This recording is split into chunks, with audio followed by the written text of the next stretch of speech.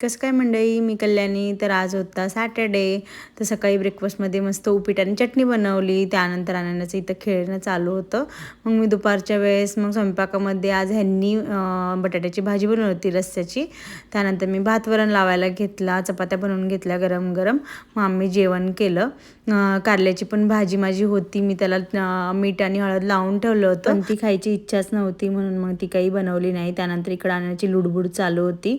तिला चपाती बनवायची होती, शिकायला लागली ती आता चपात्या बनवायला. तर चटका लागला तर लगेच बघू शकता तुम्ही तिचं काय चालू आहे नखरे.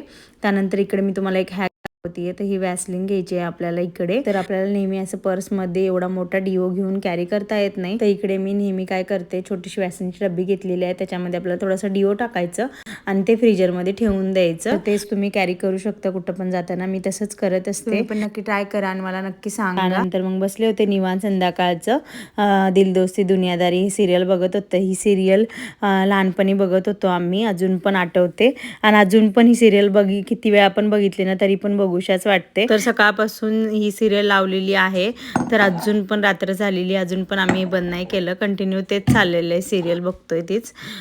सो त्यानंतर मग परत काम करायला घेतलं. सिरियल बघता बघता कामं करून घेतले सगळे. कामं करताना लक्ष नाही लागत म्हणून मग किचन आवरून घेतलं. त्यानंतर ती याना गेली होती गोळावाल्याकडे. तर आता उन्हाळा पण चालू होईल इंडियामध्ये. इकडं अमेरिकेमध्ये गोळा तर काही भेटत नाही. तर टीव्ही मध्ये गोळा बघून पाणी सुटत होतं तोंडाला खूप.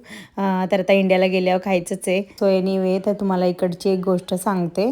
तर इकडे अमेरिकेमध्ये जे आपलं सिंक असतं ना त्याच्यामध्ये ना इकडं तर आपल्या मिक्सरच्या भांड्याला कसे ब्लेड असतात, तसंच इथं सिंकमध्ये असतं. तर ते सगळं खरकट आहे ना जे आपण टाकतो सगळं क्रश करून घेतात. तसंच मी इथं तुम्हाला आता ट्रायल म्हणून आहे ना एक माझी काकडी खराब झालेली होती, तीच टाकून दाखवली. तर तुम्ही बघू शकता आपली काकडी क्रश झालेली आहे.